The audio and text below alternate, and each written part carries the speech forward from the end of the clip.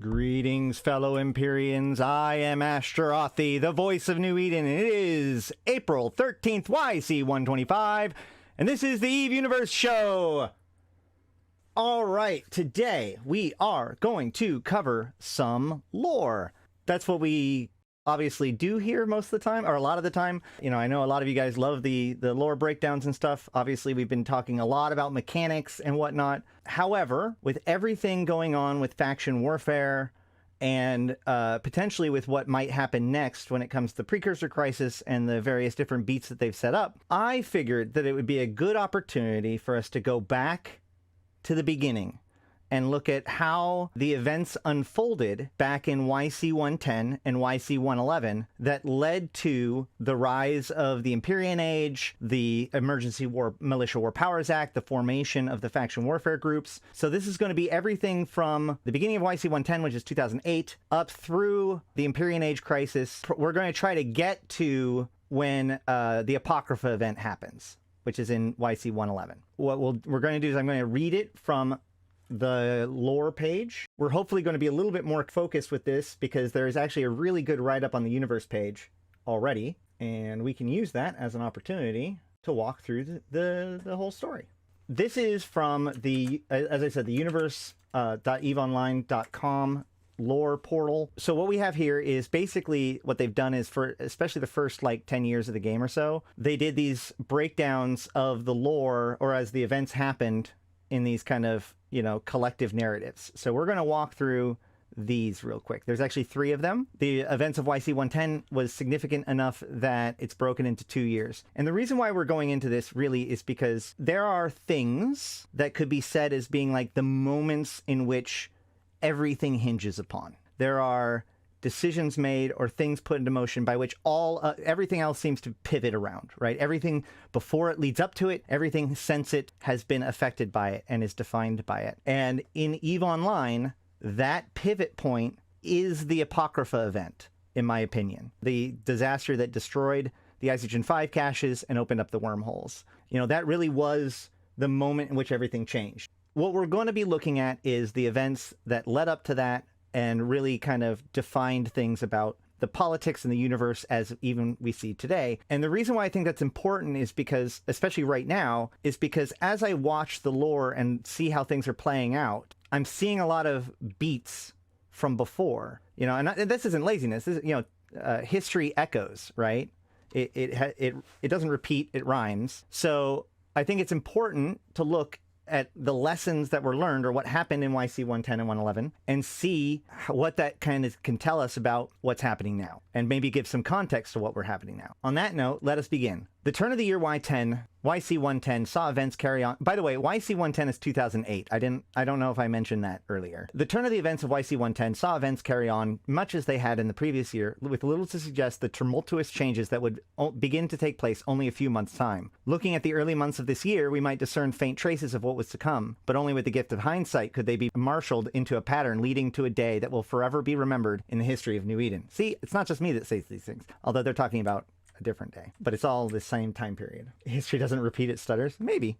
January began with some controversy as the Secure Commerce Commission, accompanied by CONCORD police, raided the headquarters of the Caldari State Chief Executive Panel in search of records that might show the involvement of the Angel Cartel in Caldari corporate affairs. The submission of the CEP to search, subpoena, or no marked perhaps a lowest point yet for the independence of the state, a guiding principle since its foundation, and arguably, given events later in the year, the zenith of CONCORD's power with respect to the 4 great empires. Okay, so why is this important? A few things. One, the original allegation is that the our Angel Cartel was working with Caldari corporate affairs.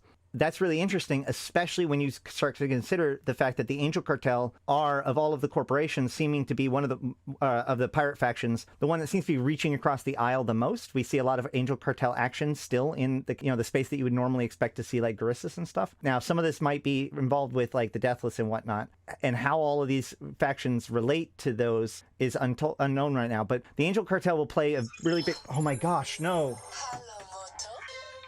Oh, no. Hold on. Okay. Well, that was exciting. My son is having a bit of a tantrum at school. So that's going to be a fun thing to deal with in a couple hours. But until then, let's get back to this story. So the Angel Cartel's association with the Caldari is interesting and worth keeping an eye on, but also a big theme that leads up to these events. One of the big catalysts is actually the economic instability of the Caldari state. The thing is that when you have a corporate meritocracy, I've made jokes about them being jackboots and authoritarian, but like this actually makes sense. You know, when things are being prosperous, the mega corporations can be, are pretty lackadaisical or not lackadaisical, but are more competing to be better than one another in a more showy way, grandiose way. Whereas when times are tough, when things are actually falling apart, when the Caldari are failing to keep things together, the desire to tend towards populism and authoritarianism becomes high. And so we see that in this story, and why I question the rise of Saraki now, because we see a lot of these same echoes of populism and authoritarianism as we saw there. Not quite as much racism, though. So either way. The Independent Gaming Commission finally announced the 5th Alliance Tournament. Yes, yes, yes.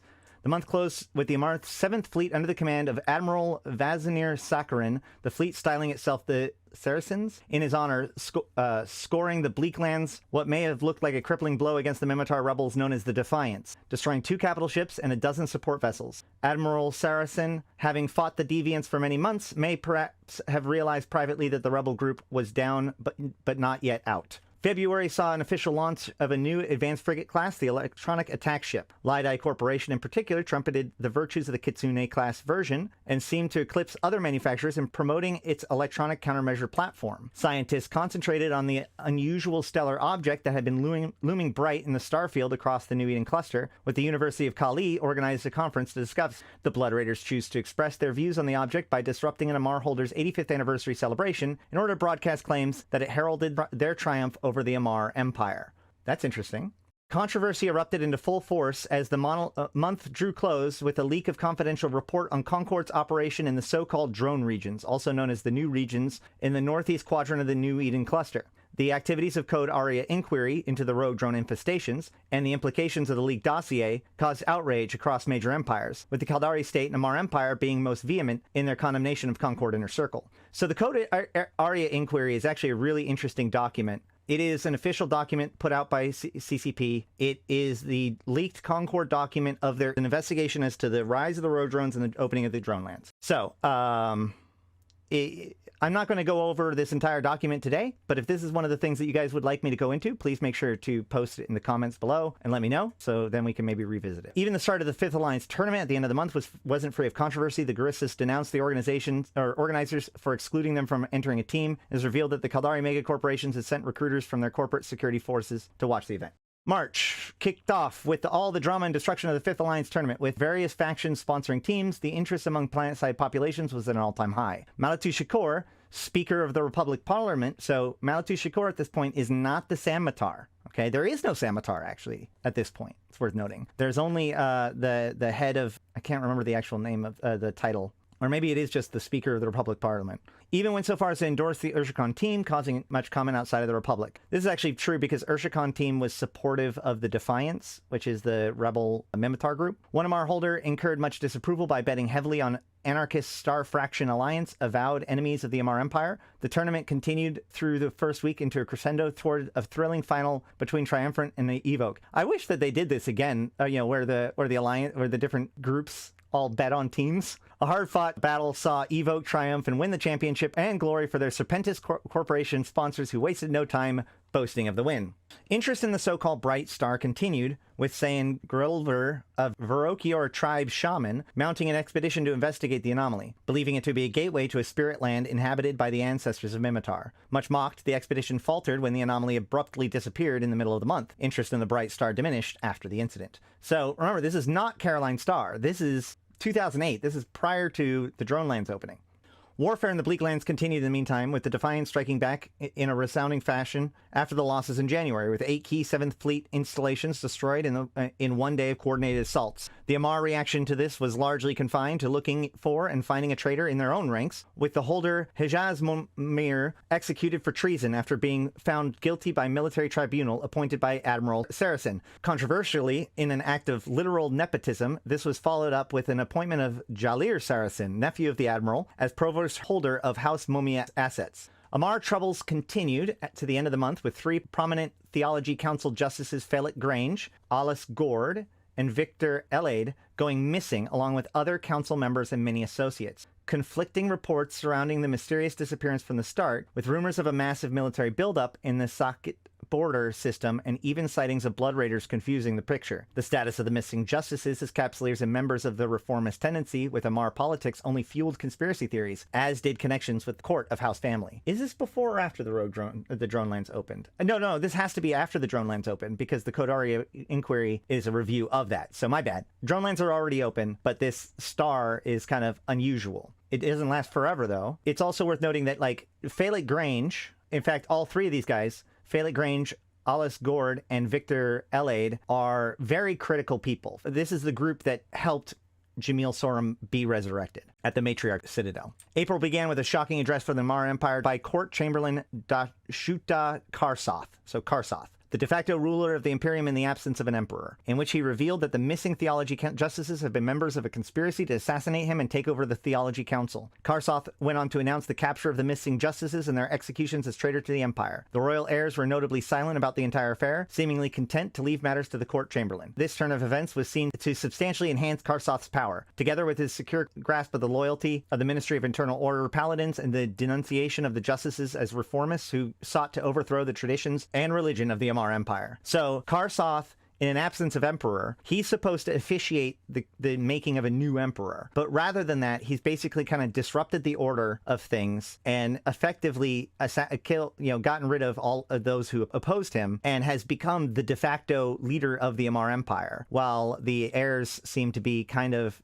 not really dealing with anything. They've been pretty non-functional. While the Theology Council justices dominated the first few days of the month, the major theme of April was an increasing instability in the Caldari state, with shocks experienced by the Kimotoro stock exchange, the main stock exchange for the state. After major mega corporations such as Calichiota, Laidai, and Wiakomi issued profit warnings on only the 2nd of the month. Together with signs of the economy running down, protests over working conditions flared up. On Yoma 3, work in a Zumol chemical plant came to a halt amidst violent clashes between workers and corporate security forces. These came to an end with Zumul Chemical laying off the entire workforce and shipping in strike breakers. We're seeing a big escalation of force we're seeing a big escalation in the unrest within the state. Further unrest arose at reports of Calichiota Security Division Home Guard treating prisoners and even innocent civilians badly. An embarrassment for Calichiota as it opened a Home Guard training center. Economic turbulence continued as the CEP debated higher tariffs on imported goods, and it was revealed that both the Laidai and CBD corporations were considering investing in foreign markets to hedge against the faltering Caldari economy. No improvements to the fortunes of the Caldari state was seen as the bad news piled up. A planetary agricultural blight took on the place in 10 and 6. Mass deaths occurred in the Wiakomi drug trial, and massive industrial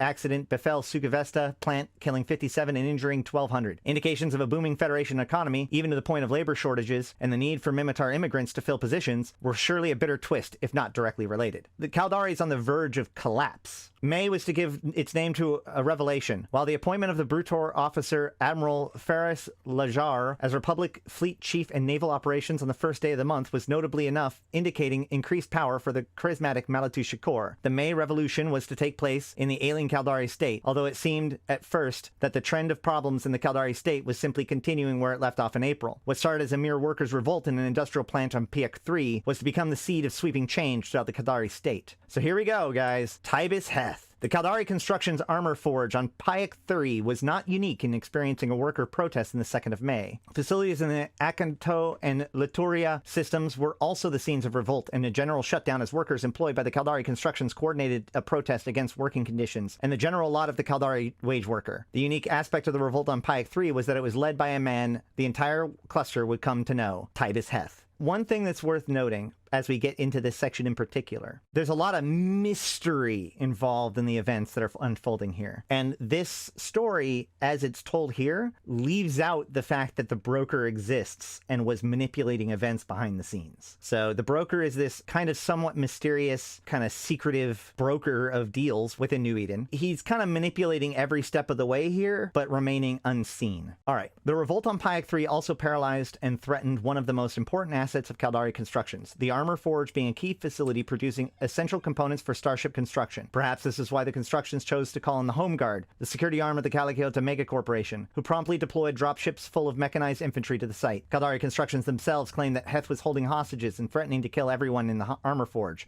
claims that later were shown to be exaggerated at best. Whatever the rights and wrongs, the dropship fell and the workers' revolt on Pyac 3 became something altogether more complicated. As the news of the revolt and deployment of the Home Guard dropships were reported, the Caldari stock markets reacted by plunging the price of the Caldari Constructions downward. Months of financial shocks have enervated the Caldari shareholders, and the fall of the Caldari Construction stocks was steep, and slated to become steeper when the Home Guard were deployed rather than being arrested. The use of mega corporation security forces to restore confidence in the market seemed to have come to an end. Falls across the Caldari stock markets followed in the wake of the plummeting construction stock. In the narrow spheres of share movements, the day had already acquired historic aspects. Events took a grim turn as the Home Guard troops opened fire on the protesting workers when the Caldari Construction CEO Tokibaria Shutsu began negotiations with the revolt leader Tibus Heth. If it was an attempt to cut off the head of the worker movement by assassinating Heth, it was spectacularly bungled. With at least one sniper apparently targeting Heth, a young man who appeared to be leading the way to negotiations was shot in Heth's stead, prompting further rioting from the workers and a fierce struggle at the gates. Tibus Heth was recorded by numerous cameras carrying the body of a comrade to safety, images that flashed around the state and New Eden within moments. Even as Tokibaria Shutsu retreated from the fiasco at Pyac 3 in his own personal dropship,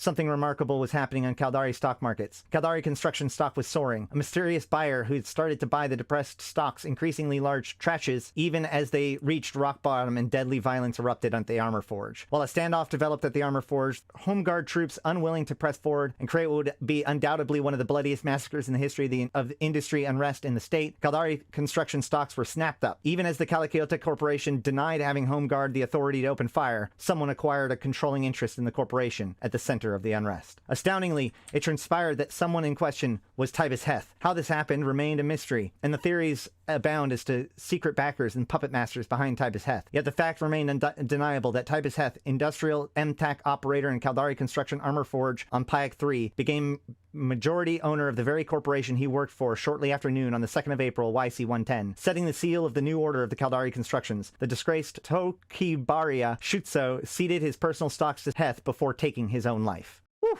As news of the revolutionary events on Pyac 3 spread throughout the Caldari state, workers' revolts broke out in the territories of all the mega corporations, with notable exceptions being the Ishukone Corporation holdings, where little civil disorder was experienced. Mindful of the outrage and escalations caused by the manner of which the Home Guard handled the Pyac 3 situation, the mega corporations adopted a less confrontational stance towards such revolts. What I find interesting here is we see this kind of same thing happen in the state recently. We saw rising escalations of protests up to and including violence and exposures of mega corporation malfeasance, and immediately we see the rise of this populist who then quells the protests and solves the problems.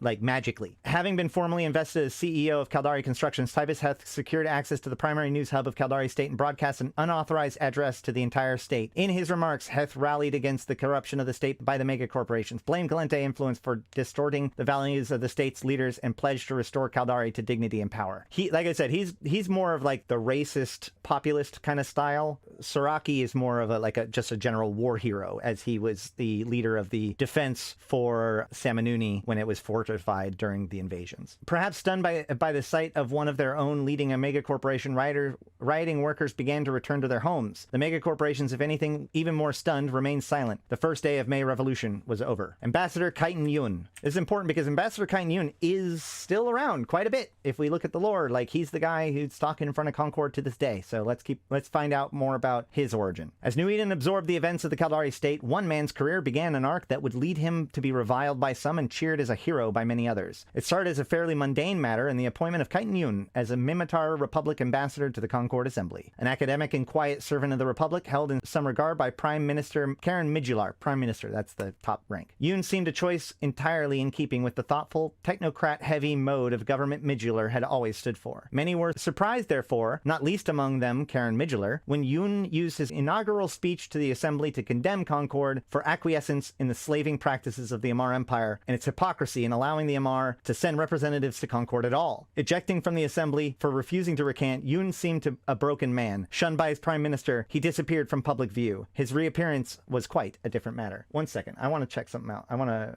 find something real quick. Hold on. I can't put it on here, unfortunately, but I can read it real quick. Session will now commence. Announce the CONCORD session moderator. Ambassador Yun, you may begin your introductory address before we proceed to the day's agenda. Congratulations on your appointment. Rising to his feet amidst polite applause that came primarily from the Minmatar and Gallente sections of the audience, Keitan cleared his throat. Thank you, Your Honor. It is a privilege and lifelong dream of mine to be speaking here, at the cornerstone of our civilization, and on behalf of our beloved Republic, to whom I owe my origins and my soul. All the Assembly members nodded approvingly, except for Ambassador Sal. Ambassador Sal at this point, I think, he's the Amar representative. Lord Sal. During my tenure as a professor, I found that the study of history compels a thorough examination of humanity itself. To gain an understanding of our past, we must first understand ourselves and the relationship we share with our fellow man. As an academic, I will always emphasize parity in the telling of our history. As a diplomat, we have a responsibility to our children to be objective when we record events as they take place today. Only then can we navigate through the challenges ahead and forge a better future for all. Keitan paused for a mild burst of applause, while the Amarian ambassador stifled a yawn. As the technology of our civilization advances, so too do the responsibilities to promote its application towards the advancement of peace. With the union of man and machine, we have taken our first small steps into the age of post-humanism, in which science has liberated mankind from the chains of mortality. The Capsuleers are the Empyreans of our age. They are our shepherds to the stars, and these times will undoubtedly be recorded as being among the most pivotal in the history of man. The awesome responsibilities that come with this advancement have brought with them great challenges. I am certain that we will meet some of them with success, but my experience tells me that others, tragically, will remain unconquered, impeding the progress of our humanity and sheltering us from a great enlightenment. I say this because, time and again within these hallowed assembly grounds, our efforts to rise and conquer the fundamental challenges of universal equality and human rights have failed. The CONCORD moderator frowned as his colleague looked on impassionately. I have always found it astonishing that we have the will and the means to achieve the seemingly impossible, like building titans or creating oceans on dead planets. And yet here we cannot agree on the fundamental tenets of human decency. The silence in this hall right now as I speak these words tells me that the means are here, but it is the will that is lacking. I stand before you as the ambassador of an enslaved race, speaking to an audience in which the enslavers are listening, and ask myself, how have we survived, we of New Eden, when the definition of humanity remains so elusive, so transparent to so many? A disapproving shout rang out from the Amarian section, followed closely by bellows of support from the Galentian and Minmatar stands. For years I studied the history made within this assembly, and I am convinced that history will judge our generation by the achievements we have not made here. So many times goodwill has been a disguise for indifference. Men have stood on this very spot and insulted my republic with their empty promises, ignoring the pleas of ambassadors like myself, begging for them to see reason instead of selfishly running from it. Murmurs rang out from the Amarian contingency seated behind Ambassador Saul, who is now smirking. My nation holds a seat at this assembly, and yet the overlords who spit on our freedom are permitted to share this honor as well. Is there any greater insult than this? Here they can legislate policies for the alleged betterment of New Eden when the plight of billions cry out from within their own borders. Why is such blatant hypocrisy allowed to persist? What justification can we give as an assembly to allow our presence a brutal empire that embraces slavery, peddles the women and children of my nation like cattle across its borders, drugs them into obedience, and then dares to appear in this sacred hall under the pretense of diplomacy and goodwill? Ambassador Saul leapt out of his seat. I've heard enough, he shouted, as the audience erupted into discord. I've not traveled all this way to be insulted by a novice. How dare you? Blah, blah. Yep, that's basically, that's the end of his speech. Man, what a speech, right? That is the introduction. That's how Keitan Yun got started. This is from the Empyrean Age book. Unfortunately, I don't have the computer set up right now to share that. He disappeared from public view. His reemergence was quite a different matter. The Malkalen Incident. In the meantime, simmering resentment over the anti-Gallente sentiments expressed by Tibus Heth broke out into ethnic violence on Caldari Prime, the ancestral home planet of the Caldari abandoned when the Caldari seceded from the Gallente Federation. As Gallente gangs vandalized Caldari heritage sites and attacked Caldari living on the planet, the violence escalated over the next few days as Gallente and Caldari repeatedly clashed over heritage sites and in settlements with high Caldari populations. The cities of Tovil and Arcurio in particular saw heavy rioting and multiple deaths. The situation spread from Caldari Prime to the Caldari State after Federation security forces used deadly force to quell Caldari rioters. Gallente expatriates of the state came under increasing attack in retaliation for violence and the rising death toll on Caldari Prime. By the 12th of May, many Caldari Gallente were so repulsed by the rioting and killing that they held anti-violence demonstrations. The most poignant of these was the vigil held at Landfall Shrine in Caldari Prime, one of the most sacred of the Caldari sites, but spontaneous demonstrations were held across the Gallente Federation. Capturing the mood perfectly, Otro Guriushi, the popular CEO of Ishukone Corporation, pleaded for calm and denounced the anti-Gallente rhetoric of Tibus Heth in a statewide broadcast. Caldari stock markets reached favorably to Gurushi's sentiments, and approval was seen within the Gallente Federation and even in the Caldari-aligned Conid Kingdom. The impact of Gurushi's speech and the grassroots anti-violence movement was to stymie the violence before it escaped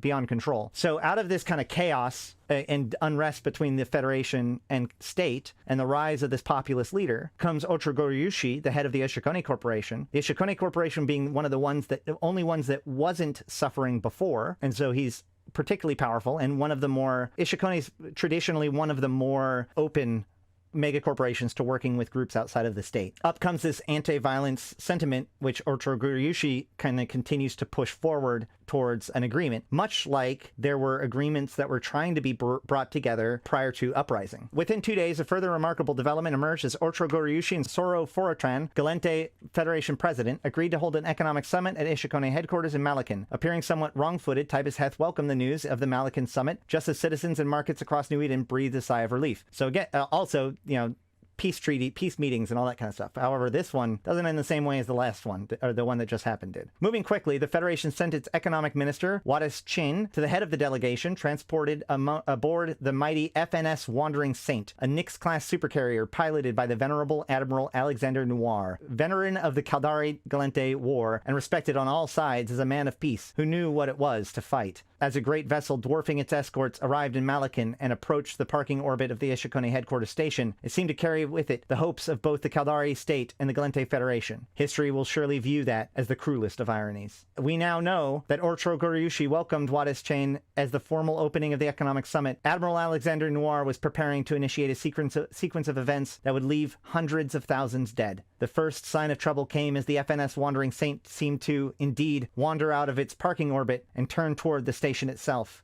Alarms grew as the mighty supercarrier began to accelerate towards the station, and all attempts to contact Noir were ignored. At the point of no return was reached, those who watched it expected a tragic accident, the destruction of the supercarrier certainly, some damage to the station perhaps. It is doubtful that they expected the station's shields to fail, a mystery that remains unsolved but is attributed by many to sabotage by Noir sympathizers, and the ship to plow into station like a knife thrust into a living body. The destruction that followed was on a scale like nothing in recent memory. No station of its size and density of population had ever suffered such a catastrophic blow. The situation was so extraordinary, that the nature of the event so crippling, that there was a considerable delay in assessing what had happened. Communications networks came under severe overload almost as the first brief outlines of events hit the Caldari state. When realization dawned that the Federation Nyx had rammed and partially destroyed a state megacorporation's headquarters, it was stunning in its effect. Yet the state rallied and a massive relief effort swung into action as corporations and independent capsuleers alike rushed to offer assistance. Reeling and decapitated, the Ishukone Corporation announced an emergency disaster relief program, and the Servant Sisters of Eve responded in their efficient practice fashion. By the next day, the Ishukone was able to confirm the death of Otro Guriushi and the entire Gallente delegation. The estimated death toll stood at 421,000, with as many persons remaining unaccounted. In its scale, the disaster was immediately seen as a matter for the whole Caldari state, and in its nature, an attack on the entire state. It's worth noting at this point that, spoiler alert, that was not actually Alexander Noir. Alexander Noir secretly was assassinated by the broker, who then disguised himself as him and performed that action. Quick to recognize this, the Amarr Empire Theology Council declared an official day of mourning for the Malkalen victims. The Minmatar Republic seemed to await the position of its ally in the Federation, but this was days in coming. Eventually, 4 days after the event, President Soroto Forotan of the Gallente Federation confirmed in all particulars the Ishukone Corporation's account of the Malkalen disaster, condemning it as an act of a single man, Noir, and denying any complicity on the part of the Federation. Incredible as this may have seemed to some, the Caldari state took this in grief-stricken silence, with little, if anything, in the way of anti-Gallente protests or violence breaking out. While the citizens of the state mourned the victims of Malkalen, Tibus Heth was not idle. The May Revolution was to enter its next stage with the foundation of the Caldari Providence Directorate. This began with a surprise announcement of the Yitri warehouse CEO Tentima Iwisoda that was stepping down and handing full control of the corporation to Heth's Caldari Constructions. In addressing this new partnership, Heth announced the formation of Caldari Providence Directorate and the controlling organization within a new corporate structure. The member of this unusual corporate entity soon became known as the Provosts. I just realized something. Let's look up this name. Nope. Okay. I thought that they showed up recently in the news. Did they not? Wait. Yeah. They were one of the groups that found the new ore. They're part of Upwell. They fell into Upwell. Okay.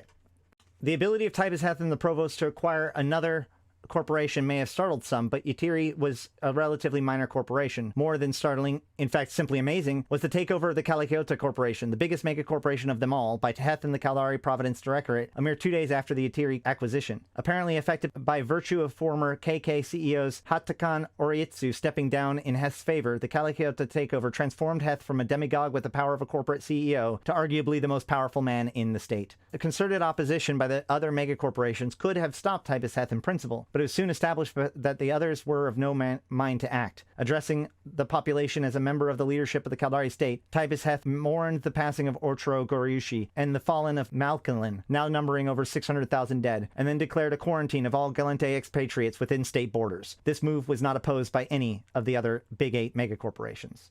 In other empires, while the Caldari May Revolution and the Malkalen disaster was watched carefully, serious events merited the immediate attention of the Amarr Empire by the Minmatar Republic. Increasing attacks of the Amarr shipping in Minmatar territory throughout May had caused disquiet enough, but the upsurge in defiant activity in the Bleaklands caused serious diplomatic friction. In particular, the presence of informal Minmatar militias, bolstering the forces of defiant rebels in fighting against the Amarr 7th Fleet, awoke in the Amarr Empire's wrath. While the Minmatar Republic denied any support of the Defiance, the Amarr Empire representatives of the CONCORD Assembly demanded that the Republic curb the Defiance and any militias. With a sense of timing not lost on the Amarr Empire or the Caldari state, the Republic and the Gallente Federation began large-scale fleet exercises in the Metropolis region, using the none-too-subtle name of Operation Brotherhood. Any confidence in Operation Brotherhood may have given the Minmatar Republic, however, was wiped out when the Angel Cartel declared itself the sovereign power of Skarkon, a Republic system on the border of 00 space, in the Cartel's sphere of influence. Even though CONCORD dismissed the claims as illegitimate, the Republic looked powerless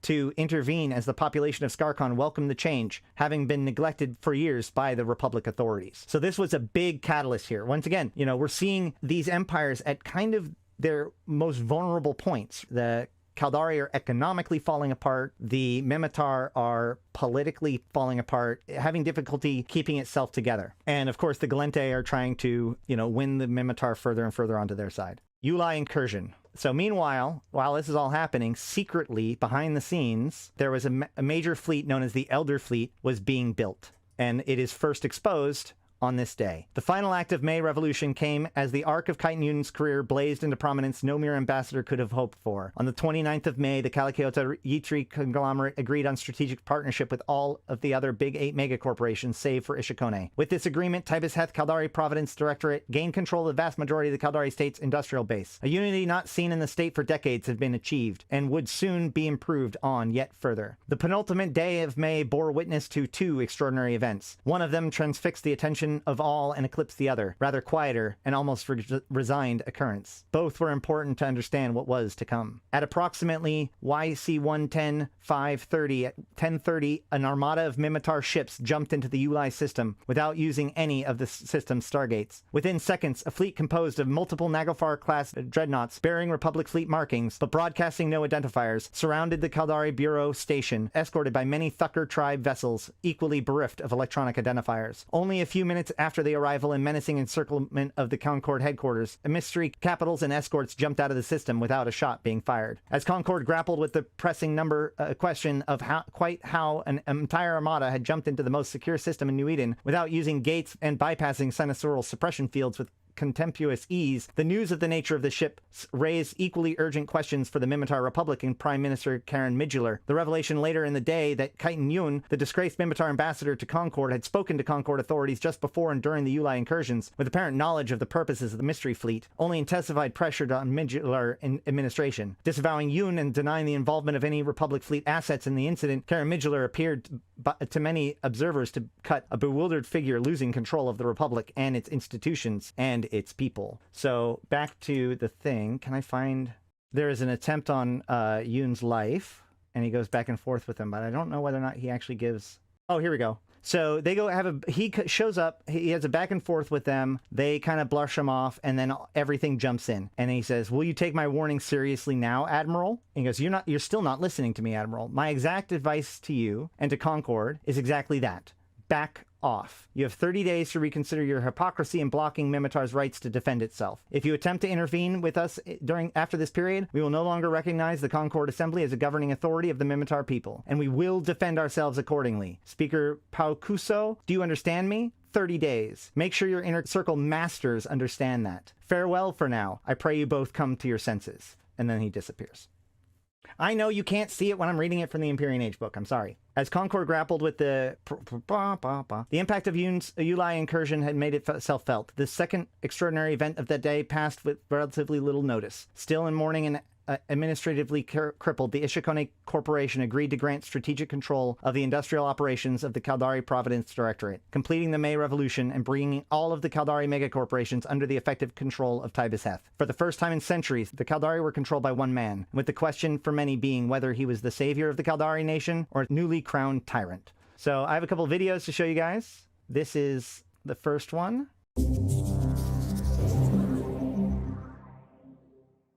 Broadcasting live from inside the Ishukone headquarters in Malkalen, where the scene is utter chaos. This summit was supposed to bring hope to Gallente-Caldari relations, but the Federation escort, a Nyx mothership flown by Alexander Noir, has set a deliberate collision course with this station. Thousands of people are forcing their way to escape hangars now, and our team is desperately trying to make it out on one of the evacuations. So that was the Noir ramming the Nyx, obviously. And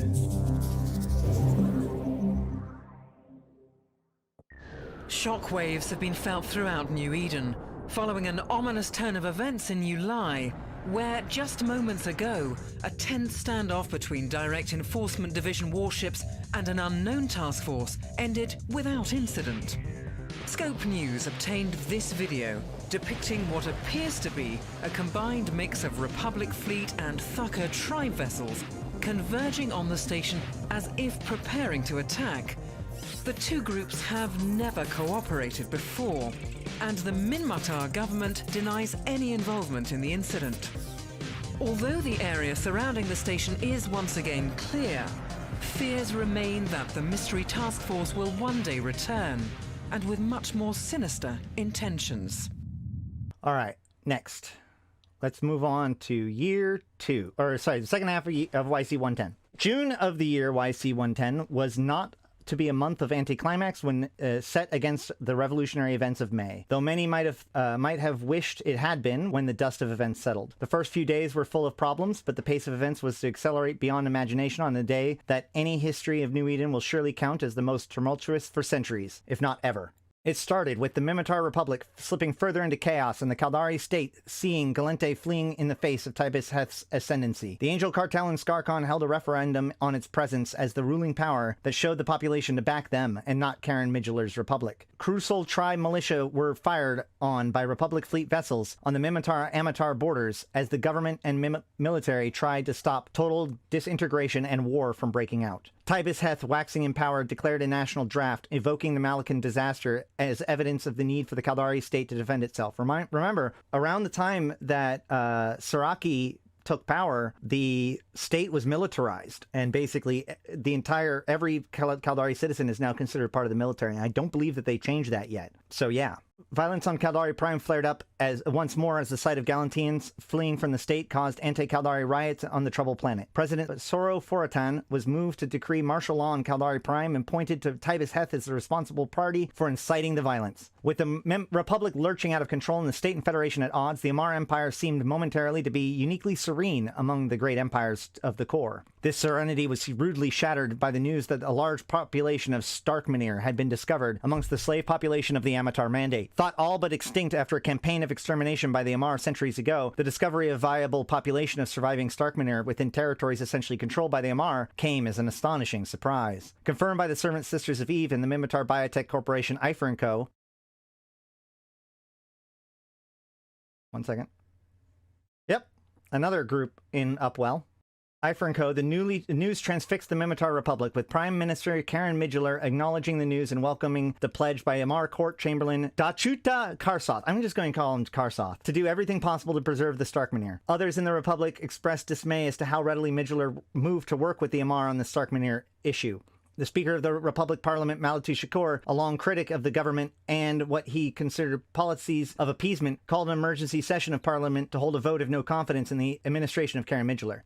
It's worth noting that as we go through this part, right, Malatu Shakur isn't currently the person who's in power in the Republic, and his biggest critic, his biggest outspoken named critic, is actually Karen Midgeler's daughter. So it's like the roles have reversed. Amidst violent scenes, the vote was tallied and found to be overwhelmingly in favor of the no confidence motion. In response, Karen Midgeler dissolved the Republic Parliament and declared Malatu Shakur to be expelled from government. As news of the dissolution of the Parliament spread, riots erupted across the Republic, and citizens are enraged by the lack of action on the Starkmanir issue.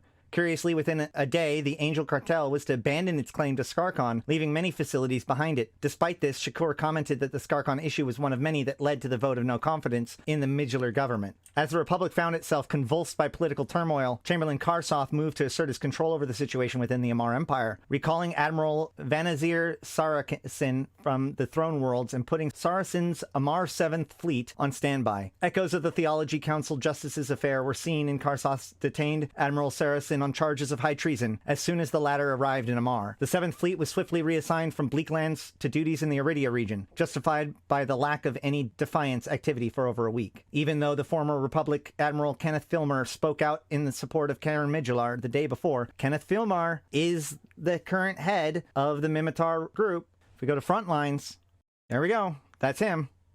The 9th day of June saw the disappearance of the Prime Minister and ended with the Gallente Federation losing all diplomatic contact with the Minmatar Republic. This perplexing state of affairs, taken with Karen Midgeler's absence, seemed to indicate a total collapse of the Minmatar administration. In fact, it indicated the faint traces of something far more than mere fall of government. YC111, 610, is a date that it is inconceivable could ever be forgotten by the New Eden cluster. It is the date that more than any other defines the year of YC110, and perhaps can be considered the beginning of a new era, a new age. So this is dawn of the Empyrean Age. Ready? The fulcrum around which this day revolved was the unprecedented neutralization of CONCORD, an unthinkable happening in the political and military order of New Eden, and yet one which did indeed take place. Early in the morning, Yulai was invaded once more by a combined Minmatar Thucker fleet, once more unidentified, and once more apparently using jump drives and portals, somehow bypassing the sinusoidal jamming technology used by CONCORD to secure the system. The instant the invading fleet arrived, CONCORD shut down the stargates leading to Yulai and mobilized its entire fleet. Given the size and power of the Minmatar Thucker fleet that entered Yulai that morning, it is doubtful any measures could have been taken by CONCORD to stop what happened next. As the Naglfar-class dreadnoughts of the invading fleet began to pound the CONCORD Bureau station, the escorts engaged the CONCORD defense forces. Casualties in those first moments of intense close-quarter space warfare were massive on both sides, but the invaders were to prevail. As the defenders of CONCORD's shining star of headquarters were crippled and overwhelmed, the entire CONCORD network failed. When the Minmatar capitals delivered the death blow, the CONCORD Rapid Reaction System, foundation of peace in New Eden for decades, was disabled, leaving DED forces relying on fast deployment out of position and effectively impotent. Their work done, the assaulting force retreated back through their portals, leaving the awesome flagship, a Ragnarok-class Titan, to unleash its Galahorn doomsday weapon just before it departed Yulai, ensuring the absolute destruction of the CONCORD Bureau and any remaining defense vessels. Despite this destruction, an evacuation of the station had been possible by the majority of CONCORD assembly delegates were later found alive. Search and rescue vessels combined combed the system as the Inner Circle took the precautions of evacuating their own station and relocating to an unknown location in Yulai 8. Surviving CONCORD vessels were able to report a total absence of Minmatar and Thucker vessels in the system. With CONCORD looking to its own, the effects of a crashed network and the absence of the DED enforcement ships began to be felt. Jita, for some the hub of New Eden itself, experienced the consequences in short order, with pirates flooding into the system and taking advantage of the opportunity to plunder without interruption from CONCORD battleships. In some respects, the Jita market crashing, along with others across the cluster as SCC systems went offline, was a minor matter. Analysis would later recognize the strike at CONCORD to be a means to an end, rather than an act with any element of political significance in itself. For the next step in the broader plan was not long in coming as events shifted to encompass the Ambasador mandate and the fate of the Starkmanir. Taking the Ambasador fleet by surprise, the Minmatar Thucker Armada jumped into the Jariza system and, after making short work of the scattered Ambasador patrol groups, began deploying across the system. In particular, the invaders massed on the bulk of their force on the planet of Haltsura Han, which is Yariza 4, where the surviving Starkmanir had been discovered. As waves of drop ships descended on the planet to recover Starkmanir, unconfirmed reports carried news that the Ambasador Consulate Governor Anna Ulf was encouraging her citizens to defect to the invaders. This turned out to be true and probably accounts for the notable lack of resistance to the Minmatar incursions as into Ambasador space and on the ground. Of course, the presence in the field of the Ragnarok-class Titan may have also factored into the successes of the invaders. Barely had the Amar registered the incursion into Ambasador space when they had to deal with a second Minmatar Thucker Armada in the heartlands of the Empire. Also backed by a Ragnarok class, this fleet struck at Corazor Prime, a core system and home to the royal house of Corazor. Heavy space fighting across the region was seen as elements of the invading fleet sought to deal with the dispersed Corazor forces before they could regroup. Landing took place on the heavily populated planet of Eclipticum, and the Corazor Family Bureau Station was taken by Minmatar shock troops. Panic seemed to grip the Empire as rumors of a third Minmatar Thucker Armada swept the domain region, causing Amar troops to begin mass executions of slaves in Sarum Prime. As the presence of just such a third invasion fleet was confirmed and fierce fighting erupted on Sarum Prime, the Imperial Navy appeared to rally and begin a mass force in Sarum Prime as an effort to make a stand. The Minmatar Republic, a state in stupefied confusion among the populace, gave way to chaotic rejoicing as the news of the invasion and the rescue of the Starkmanir overtook the disturbing news of the defections in the Ambasador mandate. As it became clear that the Amar Empire was being beaten on multiple fronts by the Minmatar Thucker invasion force, and the armadas were reported to be led by the legendary Elders, the celebration took on a frenzied, almost primal air. In the background of these celebrations, more sinister events were taking place as literally hundreds of government officials on every level of the Republic apparatus were assassinated in what was become known as the Purge. Every corpse left behind by the assassination had a dossier of evidence with it purporting to show the complicity of that victim with the Amar Empire's efforts to infiltrate, destabilize, and control the Republic. This deeply controversial aspect of the events in the Republic is a topic seldom spoken of since that day. As the Imperial Navy desperately assessed the movements and strengths of the invaders, military analysts discovered that decisive engagements had taken place in the Bleaklands, Derelict, and Kador before the invasion fleets arrived at their primary targets. All prospects of successfully counterattacking in the Corazor region collapsed with an assault in the Andarub system leaving the Ministry of War Station, hub of the regional command, offline. Sarum Prime became the entire focus of the Amar Empire's defense, and the Imperial Navy continued to marshal its forces with that in mind. With the CONCORD neutralized and two empires seemingly engaged in a fight to the death, another empire decided to seize the opportunity to act. Thus was the Caldari invasion and the Gallente Federation launched. Even as the Amar Empire looked to rally its forces against the Minmatar invaders, the Caldari state invaded in force at the Kasigan borders crossing, using multiple jump portals as well as the Stargate.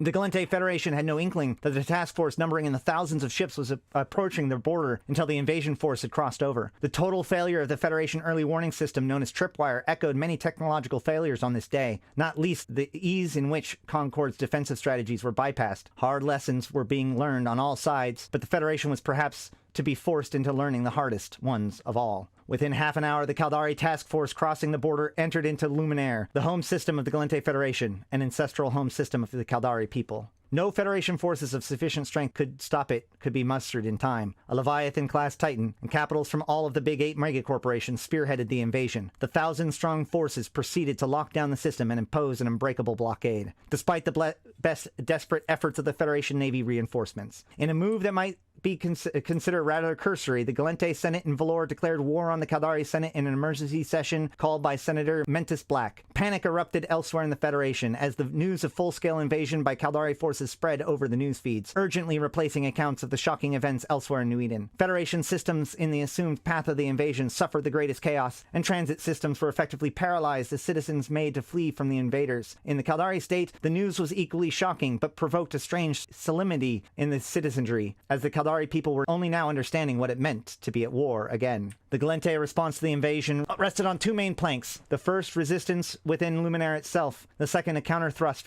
by the Federation Navy. In respects of Luminaire, the Caldari Navy concentrated in maintaining the blockade, which it successfully held throughout the invasion, and on gaining control of Caldari Prime. Bloody as the invasion was, the horrors that would have attended the assault on densely populated Gallente Prime were not unleashed. Yet an assault on the populated planet was undertaken nonetheless, and the Caldari Navy's first move was a bombardment of Caldari Prime's defenses, a bombardment replete with irony in more ways than one. This is because the first Gallente-Caldari War pretty much started with Gallente orbitally bombarding Caldari Prime. As the Caldari Navy carried out its bombardment of the Caldari Prime defenses and established its superiority in Luminaire space beyond all doubt, the Federation Navy began its counterthrust. Recognizing that a relief to Luminaire was unattainable, President Keitan authorized his forces to converge on Tirjiv, a system under Caldari control that stood astride a route leading to the heart of the state. As the Federation Navy hastened to its new objective, Caldari dropships were entering the atmosphere of Caldari Prime, and mechanized infantry were soon to be landing in the cities of Tovil and Arcurio. Then, quite suddenly, President Keitan called off the counterattack in Tirjiv. Within a quarter of the hour of that order, the Gallente Federation ceded control of Caldari Prime to the Caldari state, and Tibus Heth personally raised the state flag over the city of Arcurio. All of this is believed to have followed negotiations between Keitan and Tibus Heth. While the precise details of these negotiations remain under diplomatic seal, it is alleged that Heth threatened to bomb Gallente population centers in Luminaire if Keitan did not accede to his demands. Hostilities on Caldari Prime came to an end at 1600 EST, the agreed truce coming to a full effect with all sides under ceasefire orders. The truce stipulating that the Caldari state claims are for Caldari Prime alone, the bulk of the Navy forces began to withdraw almost immediately from Federation space. With the blockade of Luminaire lifted, the Federation Navy was also able to shadow the main Caldari forces while discovering the Leviathan-class Titan and its escorts remained in orbit around Caldari Prime. The humiliation of Keitan and the Gallente Federation was achieved in a lightning strike typical of Caldari military doctrine, but elsewhere in New Eden, heavy space fighting has taken on the aspect of brutal grind. The Imperial Navy, rallying its force above the planet Mechios, Sorum Prime 3, engaged the enormous Minmatar Thucker Armada in orbit there with determined fury. By the time the Caldari and Gallente conflict had effectively been settled, the warfare above Mechios had become a grim stalemate. The Minmatar's Ragnarok doomsday weapon rendered impotent by the continuous stream of dropships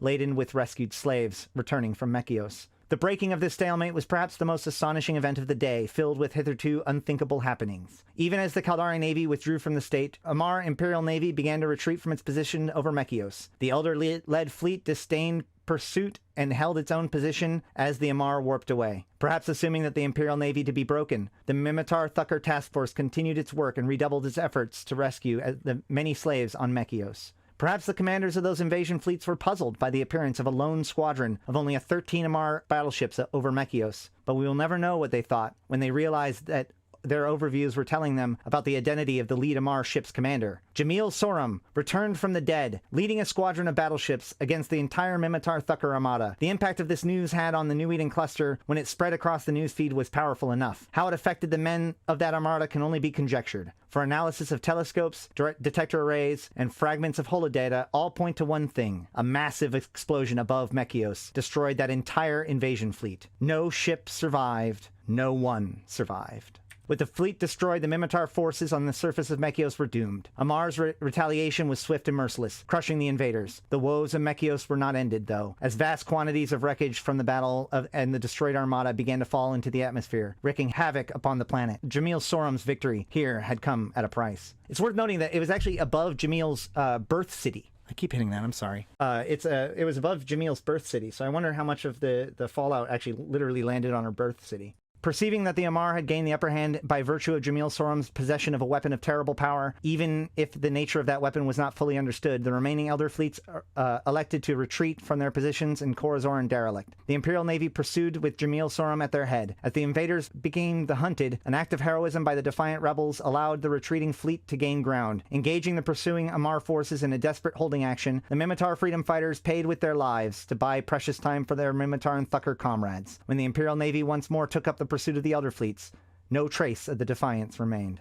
Appropriately enough, the final act of the day mirrored the first as CONCORD finally restored its rapid reaction capability and brought its networks back online, issuing a cease and desist order for all combatants. CONCORD designated the Minmatar Thucker fleets as mercenaries charged with crimes against humanity. They alone could be engaged at will. The CONCORD assembly was not finished, however, as it invoked the Emergency Militia War Powers Act, providing for the four empires to form capsuleer militias. In this way were the State Protectorate, Federal Defense Union, Tribal Liberation Force, and 24th Imperial Crusade brought into being. While the Imperial Navy pursued the fleeing Elder Fleet to the border of the Minmatar Republic, Jamyl Sorum chose to heed the call of CONCORD and avoid a confrontation with the Republic itself. Pulling up the Amar forces at the Vard Stargate in the Ezra system, Elder Fleet was allowed to pass through the Republic space without contest, the Republic fleet refusing to engage Minmatar Thucker Armada, no matter what criminal status CONCORD may have given it. As the dust of YC110-610 began to settle, reports indicated that the Elders had rescued the entire Starkmanir population together with tens of thousands of other slaves. Amar Court Chamberlain Karsoth was found to be missing, with his once loyal Ministry of Eternal Order searching for him. As Jamyl Sorum's fleets began to return home, the Order of St. Tetramon took it upon itself to speak for the Amar, with the Grand Master Horum declaring that, quote, God's children rejoice as his light returns home, and the light shall bring death and despair on his enemies. The aftermath of YC110-610 in the Amar Empire included fearful reprisal. Oh, hold on. We can watch another video now.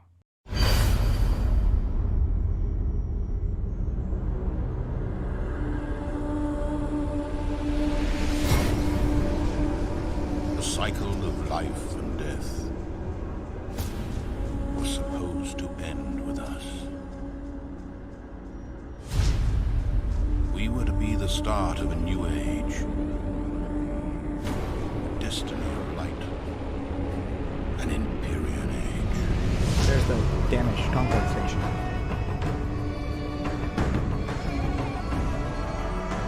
Yet these tombs call out to us. All the heroes and villains vanquished within cry out at once, begging for justice.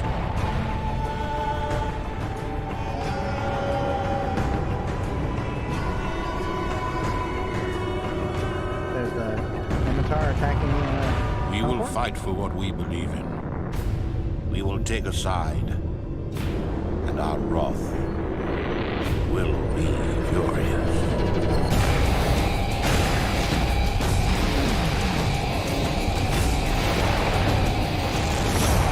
Now, coming up here is Jamyl. Right here.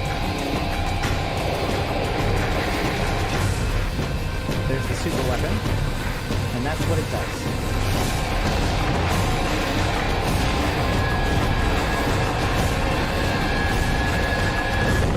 Welcome to the Empyrean Age. So it turns out that weapon system uses a rare material known as Isogen 5, and this kind of sets into motion what leads eventually towards the Apocrypha event. The aftermath of YC110-610 in the Amar Empire include fearful reprisals against those rebellious slaves that were left behind when the Elder Fleet retreated.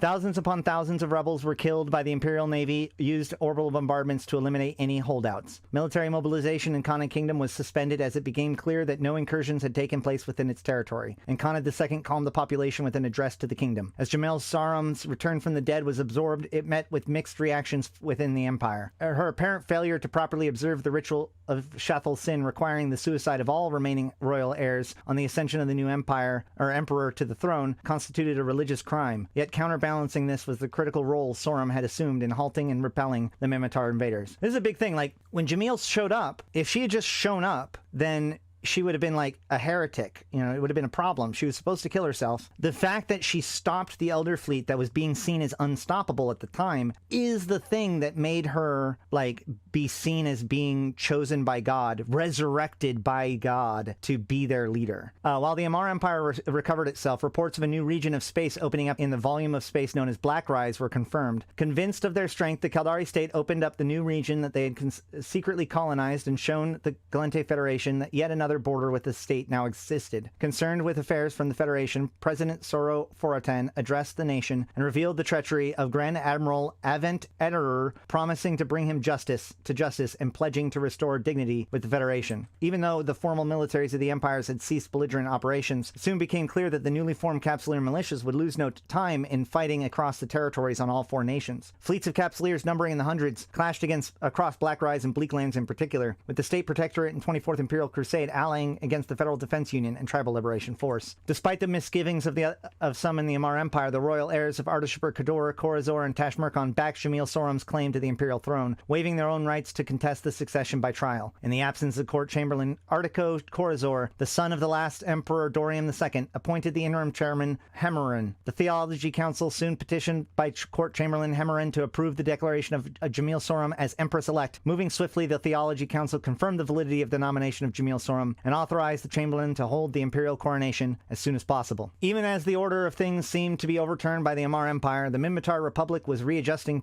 itself to a new reality. Having called an emergency session of the Republic Parliament, Sebester Chief and former Prime Minister Karen Midgeler called for elections to be held as soon as possible. Keitan Yun, now a hero to many, asked Malatu Shakur to return to the Republic. Within a few days, Shakur did just that, and at the head of a large fleet, and was escorted by the Republic fleet to Matar, where he was welcomed by Karen Midgeler and the other tribal chiefs. Named as the unity candidate for the premiership of the Minmatar Republic, Maltu Shakur ran unopposed in an election that took place within a week of his return. The turnout was lowest on record for 30 years, but counting, although a formality was scheduled to take some days. As the terrible and fantastic month of June in the year of YC110 drew to a close, the occupation of Caldari Prime acquired a settled and routine air. With the remaining Gallente military forces into hiding, the months ahead would see guerrilla warfare, mass imprisonment, and all of the problems of occupation on Caldari Prime. July opened with the official declaration of the election of Malatu Shakur as Prime Minister of the Minmatar Republic. Almost as if the pitch and pace of events from May through June could not be maintained by a fatigue of New Eden, the month saw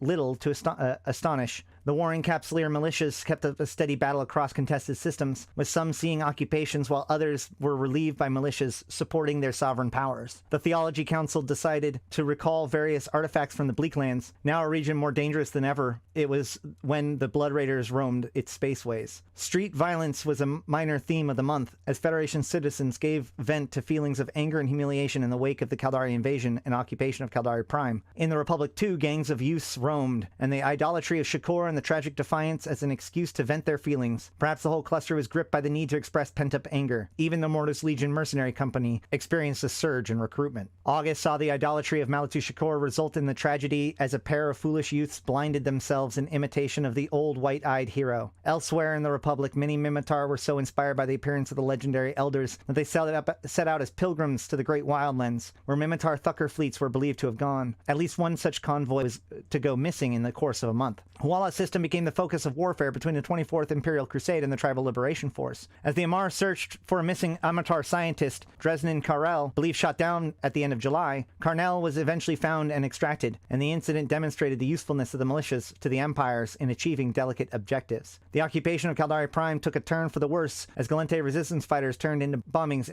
and used the tactics of guerrilla insurgency in the face of well-equipped and large Caldari military. The death toll rose steadily throughout the month, which ended in the grim revelation of a secret prison set up by the Caldari occupation force in an abandoned underwater arcology. September got underway with a building backlash against the Federation military erupting into plain sight, as an emergency summit held in Valor became the focal point of the Gallente criticism of the Navy performance during the Caldari invasion. Acting to head the anger of citizens across the Federation before it destabilized his government further, President Soro Forotan announced the formation of a new division within the FIO, the Special Departments of Internal Investigations and Federal Security, headed by Senator Mentis Black, one-time bitter rival of Soro Forotan but undoubted patriot. With this rather unwieldy name and logo consisting of a plain black Federation eagle, the new organization soon became known as the Black Eagles. The Minmatar Republic saw subtle but definite change in the inauguration of President Minister Malatu Shakur as Sanmatar of the Minmatar people, a title resurrected from the days of the Minmatar Empire. The Sanmatar was de facto head of state in the old empire, and with the role of mediating between the tribes and guiding the nation as a whole. The transformation of this office of Prime Minister into something harkening back to the tribal times met with a mixed reaction within the Republic and beyond. In the Caldari state, Tibus Heth's program of reforms had been been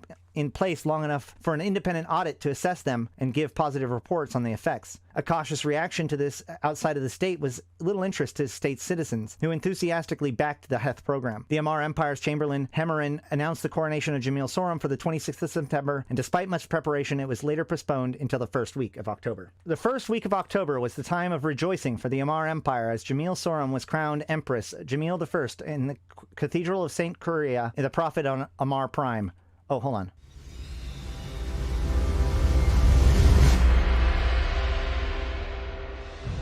On a momentous day that shall be honored for time everlasting, our glorious empire at last heralded the coronation of Her Majesty Empress Jamyl.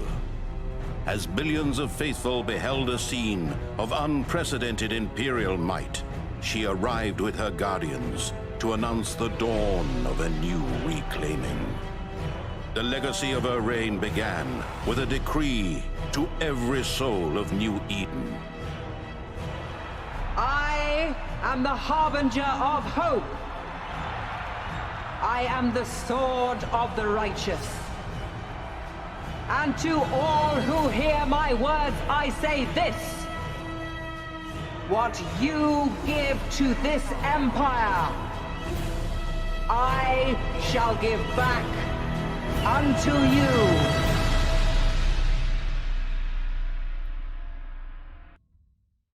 All right, so that was the coronation of Jamyl Sorum. Coronation proclamations followed, confirming Merimith Sorum as the new royal heir of House Sorum and appointing Sorum House Steward Pomik Haromi as Empress Jamyl's new court chamberlain. The Ministry of Internal Order released the footage of the coronation across the empire so that all of the Empress's subjects could watch the awe-inspiring event.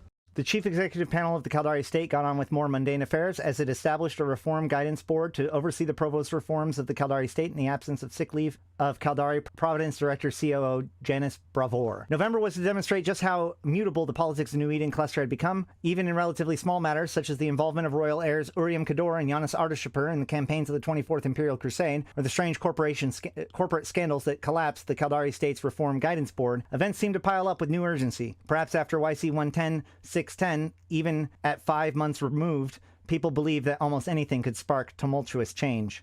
Shocking as the Kador Incursion was, perhaps it was not quite so startling as it once would have been. Alert watchers of the interstellar events might have felt something was in the wind when a 200-strong Amarr fleet was in the Tashmerkon region, and the ruling house of that vast demons declared that they had no knowledge of the fleet nor any Imperial Navy exercises in their territory. The astute would-be have felt something unusual was definitely afoot when a similarly sized force was detected in the Iridia region. It was surely a surprise, however, when this fleet of Amarr warships was sighted crossing into the Gallente Federation space, reportedly under the orders of Amarr royal heir Uriam Kador. The fleet made for Radilos system and, upon arrival there, engaged in heavy fighting with the Gallente Defense Forces. As news of the incursion was confirmed, the Imperial Navy declared the fleet rogue, acting without sanction of the Ministry of War and without representing the Amarr Empire.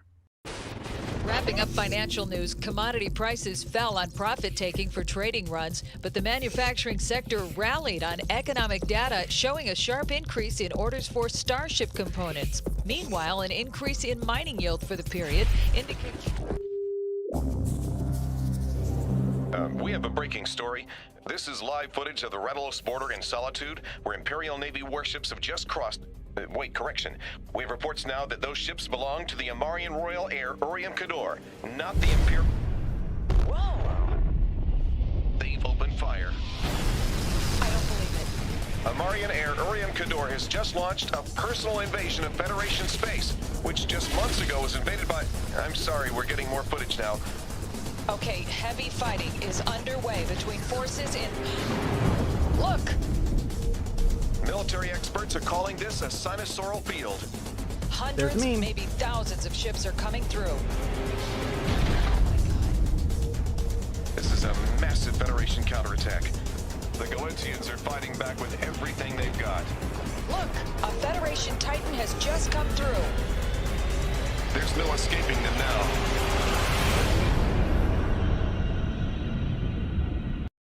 Cool. Whatever the Kador plan may have been, and the reason for the attack does remain obscure still, it was thwarted by a massive Federation counterattack as an Erebus-class Titan and a company Federation Navy forces moved to destroy the invading fleet. Outnumbered by at least 4-1 and sustaining heavy losses, the Kador began to retreat immediately. Commanding the counterattack, Federation Grand Admiral Attison Ranchel declared that the Kador fleet would not be allowed to return to Amar territory. Whether some surviving elements did eventually limp back or not, the Grand Admiral's promise was substantially made good, and the Gallente Federation was able to claim a decisive victory. The penalty for miscalculating so badly was initially a reprimand for Uriam Kador by the Empress Jamyl I, and the confiscation of what remained of the House Kador fleet. The last caused some comment, and was noted that the Empress appeared to be bringing back into force the old edict of Emperor Hadrian VII against military fleet independence of the Imperial Navy. In the Gallente Federation, President Soro declared the Navy ready to protect the Federation with terrible force and suggested that further action might be forthcoming. So this is actually really important. So basically, each of the royal heirs has their own navy, in theory. But in the past, Hadrian, which was one of them, he ruled for 200 years before the events of EVE Online. He had a decree that basically said that the heirs were not allowed to have their own navy anymore. But most people kind of ignored that.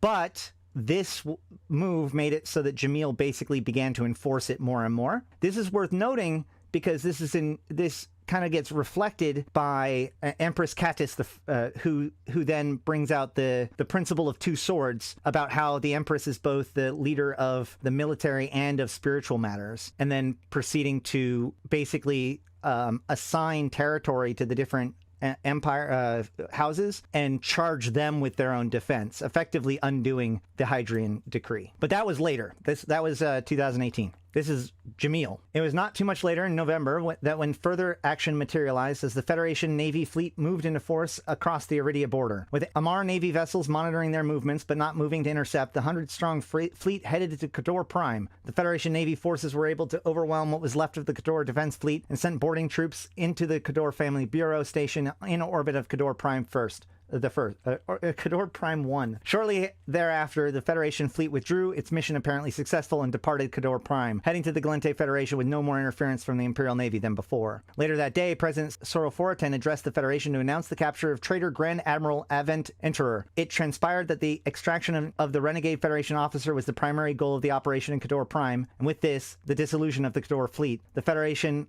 considered the matter of the Kador Incursion closed. For its part, the Amar Empire maintained an inscrutable silence throughout the affair. Empress Jamyl I's next public declaration concerned the Minmatar Mandate, which she placed under the direct authority of royal heir Giannis Artashipur. December opened with the Federation citizenry rallying enthusiastically behind their government and military in the wake of recent defensive and offensive operations, not to mention the capture of the reviled Avent Enterer. In contrast, the Caldari state was racked by uncertainty about its economic, and occupation of Caldari Prime continued to be problematic, with the Gallente resistance found to be receiving substantial off-world support. The Amar Empire was to see further political developments as the Empress appointed Turco Corazor to post of Imperial Chancellor, and Giannis Artashipur began to take control of the Minmatar Mandate, sweeping out the failed Minmatar nobility and placing his own vassals in positions of authority. Unusual news of large-scale operations carried out.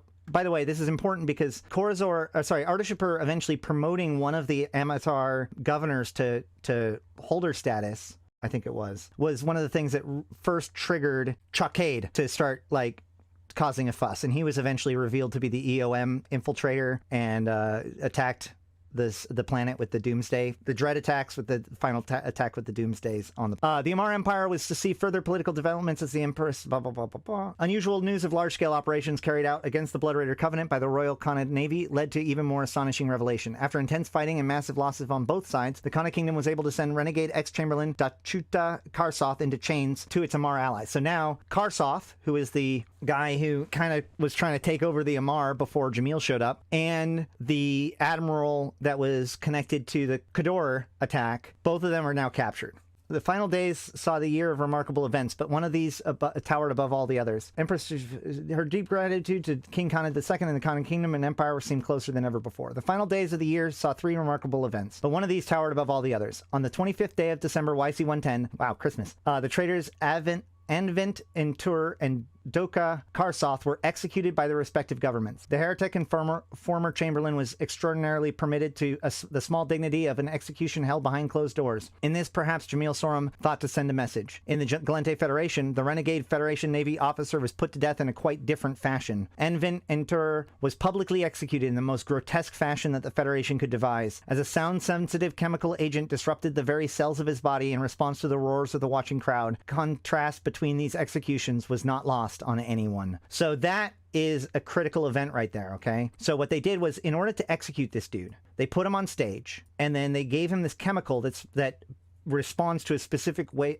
like frequency of sound. And then they created these, like, they had these speakers that like took in the sound and converted it to the exact frequency that was needed to trigger it. And then the crowd like yelled and cheered and all that stuff. And that caused the sound that caused him to burst into flames and self-immolate as everybody watched. This was something that was so considered to be so controversially cruel in the Gallente Federation that a then somewhat young senator by the name, actually probably not, I don't know if he was young at the time, but a senator by the name of Belleron put forth a bill to end this kind of gratuitous execution. He also, at about the same time, tried to get rid of Mentis Black and blah, blah, blah, blah, blah. And he's a guy who we now know is basically one of the biggest outspoken critics of Celis Agard. While President Forotan may have considered his work of the day done, the Empress of Amar did not. For following the execution of Karsoth, she made a declaration that was so unexpected that it could hardly be made more fitting finale for the year of so many unexpected events. By imperial decree, Empress Jamyl I ordered the emancipation of all slaves of the 9th generation and upward, with the additional emancipation of all slaves working as academics or theologians. Dominating the remainder of the year, the Emancipation Edict's most immediate effect was to provoke rejoicing among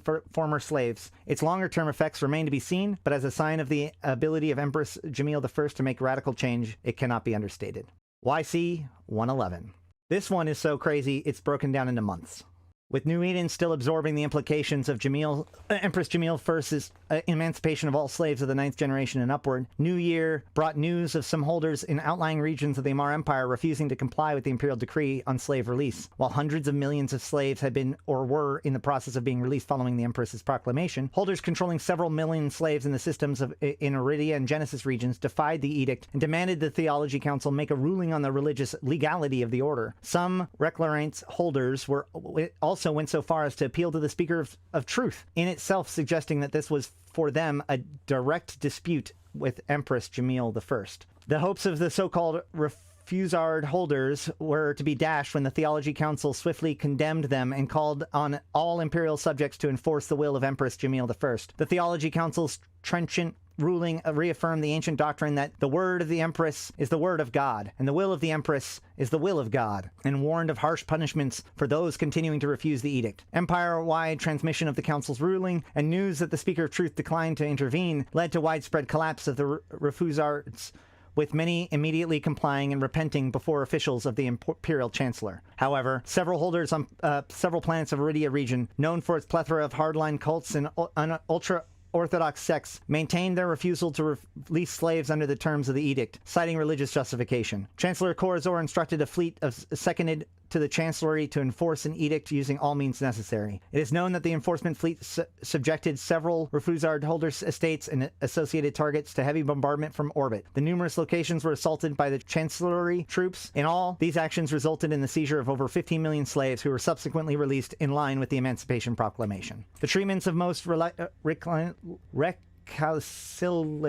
I don't know these words, was harsh indeed, with the leaders summarily executed and their followers and families reduced to slavery for generations. Others who less dramatically sought to evade the edict's terms were also firmly dealt with, as holders using subterfuge and fraud to keep their 9th generation slaves were pursued by the Ministry of Internal Order. In a notable case, the wealthy slaveholder Adash Korta, holder of Dakba and owner of something over 500,000 slaves, was found to have altered the genealogical records of his stock, thereby hiding the 9th generation and above status of approximately 100,000 slaves. The Theology Council made an example of Korta, condemning him into slavery, stripping his family of noble ranks, and distributing his assets between the new holders of Dakba and other holders. Reactions to the Emancipation Edict across New Eden was somewhat mixed. The Caldari state was muted in its reactions, but clearly many saw it as an opportunity to ease old tensions between the Caldari. Legally and culturally opposed to slavery and the Amar over the issue. In the Gallente Federation, many welcomed the release of hundreds of millions of slaves, although concerns were expressed by some politicians that it could result in a new influx of refugees to Gallente regions. The Minmatar diaspora of the Federation was more skeptical as to the quality of Empress Jamyl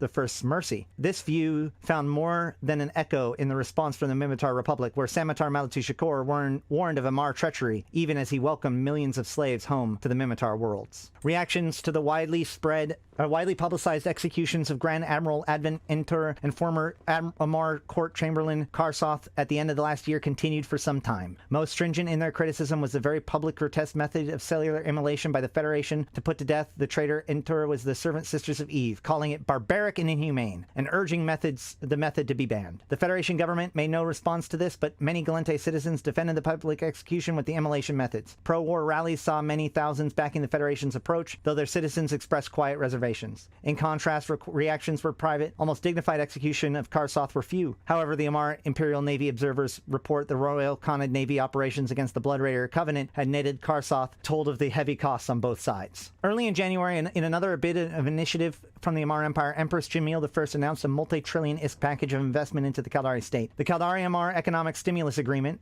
CAESA, was negotiated with the assistance of Tashmerkan family and the Khanid Kingdom, but reactions within the empire were mixed. While the more liberal Tashmerkan and Khorazor hailed the investment package, religious conservatives and Amar business leaders expressed concerns of such investment which should more properly be aimed at Amar businesses. In the Caldari state, reactions were almost entirely favorable, with Executor Tibus Heth welcoming the package and pledging that the Amar Empire would receive a profitable return on the investment. In a development related to the emancipation, the Caldari Providence Directorate announced that it would be making available a number of experienced trainers for secondmen within the Amar Empire to train former slaves who choose to take up residence there. Other developments across New Eden as the year began included increased levels of fighting between the militias in the war zone, even as the Caldari Navy Logistics Command published a report detailing the costs of occupying Caldari Prime. In the scale of the cost of both an ISK material and morale among the occupying troops came as a surprise to some, as the liberal faction megacorporation Hasiota used the occasion of debate on the report of the Chief Executive Panel to criticize the military policies of the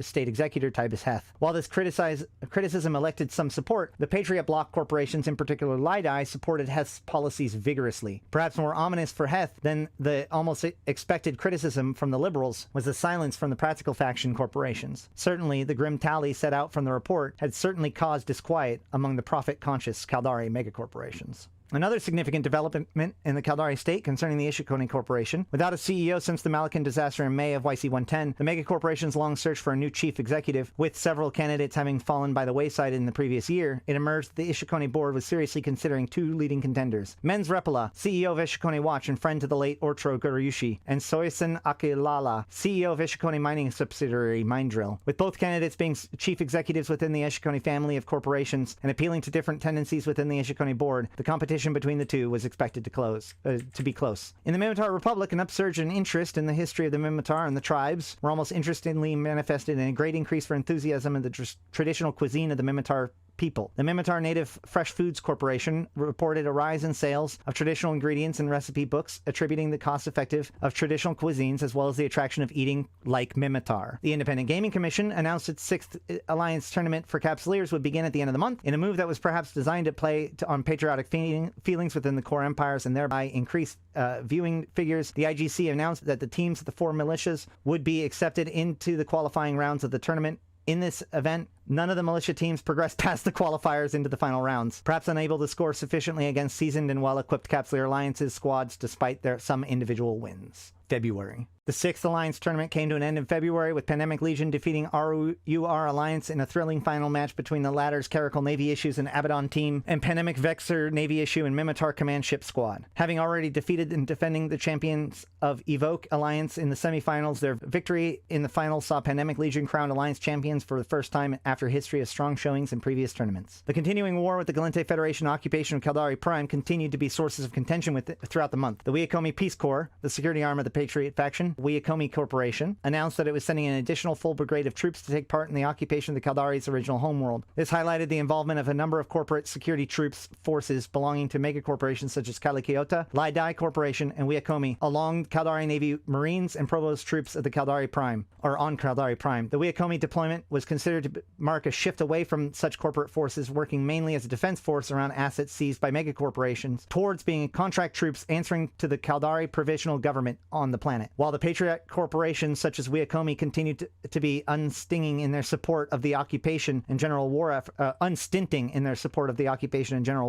Ishukone Watch CEO Men's Repula spoke out on the subject of occupation in the political talk show Games of State. Referring to the recent reports of the cost of the occupation, Repula charged that the occupation was, quote, a logistical nightmare, draining the resources of the state, end quote. The former Navy captain went on to point out that the Caldari Navy was conceived and organized as a defensive force that could not sustain the defense of the scope and length of the occupation and the continuing war against the Gallente Federation. With his candidacy for the Ishukone Corporation chief executive seat now well known, Repula also spoke of the importance of solving problems of interest of employees of the state itself, emphasizing that this has been the approach of the late Ishukone CEO Otro Goriushi. Men's Repula has also been critical of the Caldari offensive in Verge Vendor, as his remarks on Games of State and the campaign in the region swiftly resulted in skyrocketing insurance and shipping rates, driving many freight companies and independent pilots away from the region. In other shipping news, a crippled Iteron-class industrial vessel was discovered burned out in space with all hands lost in the Castlemon system Essence region. Mystery surrounding the vessel's fate and purposes, with no public records of its cargo or destination available, until a Federation Navy statement was issued confirming the ship had been contracted by the Navy to relocate military equipment. This statement also revealed that an investigation had concluded that the ship had been destroyed by demolition charges set inside of the vessel after its cargo had been stolen. The Federation Navy blamed the Caldari for this raid, but questions were raised as to why there had been no naval escort. Mindrill CEO Sayosin Okalala, a candidate for the Ishukone CEO spot, used an appearance on This Is the State to respond to fellow candidate Men's Repula's remarks on the occupation of Caldari Prime and the course of the war against the Gallente Federation. Okalala suggested that the report on the costs of occupation was narrowly focused and did not balance the costs against the gains. The Mindrill CEO also congratulated the State Protectorate for its efforts in the Verge Vendor and expressed support for the approach of State Executor Tibus Heth with regard to the Amar Empire and the economic agreement with them. His last remarks were perhaps a response to criticism within the state over an agreement between the mining conglomerate Dulcio Foundry and the state and region Brink securing 50 billion ISK of financing for the Amara Corporation. Heightened at this time of contentious activity between the Caldari Corporation seemed to be a feature of this month's events, with Hasiota Corporation walking out of negotiations with Xanu over a supply contract, Mindrill and Top Down Retail entering into partnership to develop new mining technology, and the Caldari Business Tribunal investigating raiding Ishukone Corporation officers in Aimomo system. The last incident proved to be embarrassing for the Caldari Providence Directorate, which had prompted the CBT to take the action and sent its own troops to participate in the investigators' raid. Within the day, Ishukone Watch made over 100 arrests among Ishukone personnel on charges of aiding piracy and corporate corruption throughout the Maito constellation. Apparently, the result of long-standing Watch investigation and surveillance operation, the Ishukone security arm was forced to make its move prematurely when the CBT Provost raid interrupted its surveillance and alerted some of the targets of their operation. The Watch stated that almost 50 subjects had eluded capture, among some of them the worst offenders. When the Caldari Providence Directorate suit against Ishukone Corporation went to the Tribunal Regional Court, it was dismissed, vindicating the position of Ishukone and leaving the provosts sorely disappointed. Ishukone chose to leave the matter there, refraining from exercising its option to countersuit over the premature raid and disruption to its businesses and that of Ishukone Watch's surveillance operations. More good press for Ishukone Watch CEO's Men's Repula came when he intervened in the dispute between Hasiota and Xanu to bring about a return to negotiations between the two corporations.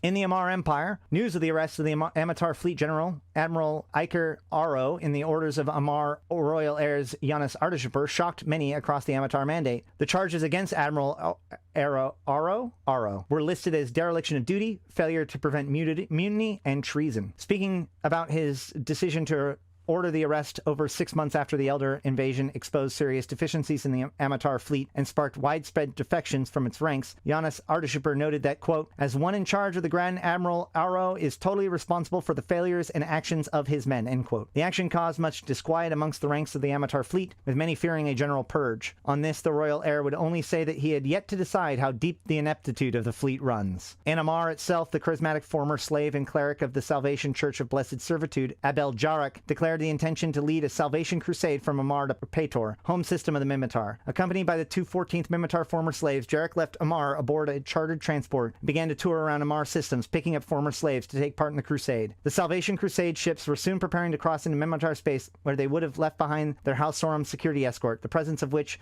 was a apparent sign of favor from the House Sorum family. Crossing into Minmatar space towards the middle of February, Abel Jarek's small fleet of ships encountered several hostile vessels in the Aga system, which is, by the way, one of the most hotly contested systems right now in the Amarr Minmatar war zone. Mostly consisting of attack frigates of the Rifter class, the hostile fleet ordered the Salvation Crusaders to turn back into Amarr space after halting Jarek's ship with warp disruptors. Abel Jarek is believed to have immediately refused the order, but the standoff was prevented from descending into deadly violence by the arrival of Caldari mercenaries in several powerful ships, including 3 Cerberus-class missile cruisers and 2 Rook-class electronic warfare cruisers. These mercenaries jammed the Minmatar frigates and escorted the Salvation Crusaders into their journey to the Pator system. Arriving in the Minmatar home system, Jarek and his followers landed in Matar and set up camp in the largest refugee holding zone in the Minmatar war zone. Well, that's weird, right? Ever since the news of the crusade had reached the Minmatar Republic, there had been much controversy as to the strong feelings of apathy as evidenced by the unofficial attempt to halt Jarek at the border. However, as returning slaves claiming Republic citizenship, Jarek and his followers could not be stopped by the Minmatar government despite their outrage at arrival and plans to build an Amarr chapel in the refugee camp caused...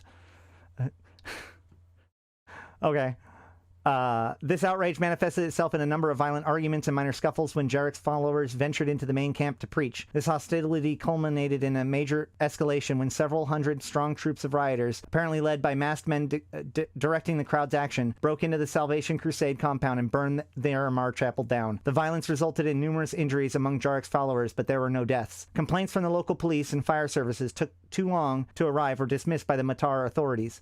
For his part, Abel Jarek was defiant and vowed to continue to spread the word of God among the Minmatar. Other problems in the Minmatar Republic emerged in late February with Adonis Medical, a medical and aid charity run by the Adonis Foundation, warning that food supplies to the Republic were at risk due to shortage in Verge Vendor region caused by the ongoing Caldari offensive and consequent contraction of shipping volumes. Added to this was the increased tension over the issue of land in the Minmatar Republic caused by a rising immigration population and, in particular, the return of the Nefandir and Starkmanir tribe, with members of both tribes pressing claims to ancestral lands disputed to other parties or held by the Minmatar government. In their absence, a considerable increase in land disputes was reported by the Minmatar Land and Estates Agency Urban Management. All right, that's February. March, we're getting there. We're almost to the end of today. March YC111 was to be dominated by one event and its aftermath above all others: the Salian disaster. In itself, what happened in Salian was one catastrophic effect of a much more profound and widespread phenomena: the emergence of unstable wormholes across New Eden cluster. The long-term effects of that emergence can only be guessed at, but it was Salian, with an almost inconceivable human tragedy that gripped New Eden before the wider impact of the events of that day began to be comprehended. Before Salian, however, the month began with the affairs of the empires playing out much as they had done in previous weeks. The Minmatar Republic continued pressures in the troubled polity led to charges of political stasis between being leveled at Sammatar Balatushakor amid chaotic and fractious scenes in the Republic Parliament. An attempted amendment on financial motion that attacked the Sammatar's assumption of powers was heavily defeated by a majority of the members present, but served as an indication of increasing disquiet at the uncertain political situation. The Sammatar may have felt that his call after the assembly of the 7 tribes of Minmatar answered any such charges had been aired during the turbulent parliamentary session. This was swiftly followed by a stunning political development as the Sammatar and Thucker chief Einar Abel were able to jointly announce that the Thucker tribe, long estranged from the other tribes, was to join the Minmatar Republic with full autonomy in the Great Wildlands. An emotional Malatushakor was able to declare that the 7 tribes of Matar were once more unified. The details of this union and the changing political structure of the Minmatar Republic, now being spoke of as the Tribal Republic, were clearly to be a major agenda item in the tribal assembly that Shakor had called only days before. I feel like I need to do this. This is Malatushakor.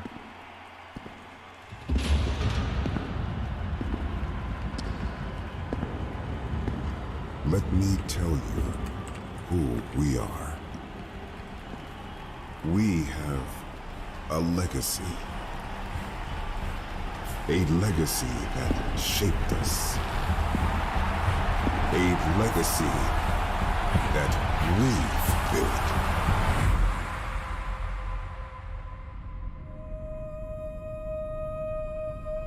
We united on this mother world. We rose together as the 7 tribes. One people forging our future. They came to destroy it. They tried to break us, divide us, to scatter the tribes. But we fought back. We rose as brothers and sisters, seizing victory from the vile chains we broke. And today we stand. We stand as the 7 tribes of Matar. We stand as Minmatar.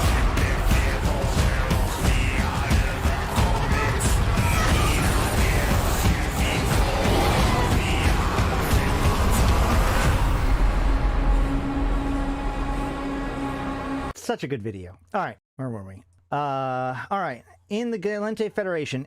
Here we go! In the Gallente Federation, Intaki's senator Suvio Belleron proposed a ban on public executions following the Inter execution. Senator Belleron condemned the execution as, quote, a shameful and barbaric spectacle, end quote, when introducing his bill. Others criticized Belleron and noted that the scale of the Etor's treason. The bill was effectively... This other person, by the way, is the same Yinmei person that keeps calling out Belleron to this day. I can't remember her name right now. In the Black Rise region, scenes of the intense warfare between the Gallente Federation and Caldari State, the Calakiota Corporation announced a large-scale surveying program aimed at locating resources and potential colonization sites in the region. This was soon followed by announcements from Lidai for development in Black Rise and clear positioning by Wiakomi and Sukavesta for future Black Rise development. In the Ambasador Mandate, Grand Admiral Ankar Aro, former head of the Ambasador Fleet, pled guilty to charges of dereliction of duty and treason and was sentenced to death by a panel of the Theology Council justices headed by Royal Heir Yanis Adashapur. In addition, Admiral Aro's family was ordered to be enslaved. There was some protest as to the severity of the sentence, but Ankar Aro himself remained impassive, and there was an order that he was led from the courtroom to await execution a week later. Okay. So that is the story up to the Salian disaster. Today, you know, we were talking about basically the events of the Empyrean Age, the events that led to the formation of faction warfare and, you know, the tensions therein. And I can tell by chat that many of you agree that there is quite a few echoes of the past in what is happening now. And I hope that everyone found this useful to properly interpret the things from the past, or, you know, the things that are happening now, by being able to recognize the names, places, and events that are happening at this critical time. Barring some craziness, tomorrow we will begin with the Salian disaster and also known as the Apocrypha event. So some things to think about, okay? The events that we saw today were took place basically just after the rise of the rogue drones and the opening of the drone lands, I believe. Maybe not immediately after, but, you know, we can see even at the very beginning, they're still responding to the drone lands, and there's that mysterious light. I think that mysterious light is Jamyl using the super weapon for the first time, but I'm not 100% sure. But it's important to note that due to the events of this means that the other was already able to communicate, or at least, able to communicate into this area of space. I've long since believed that the other helped the rogue drones figure out stuff. I think that it's like this idea of like the code area inquiry and this whole incident with the rogue drones is yet another key. But like I said, when we talked about it, like that's a whole nother kettle of fish for us to dig into. I hope you guys enjoyed this. If you learned something, let me know. If you want me to dig into anything in particular, please put something in the comments. If I missed anything important, please put it in the comments. I guess the question of the day is like,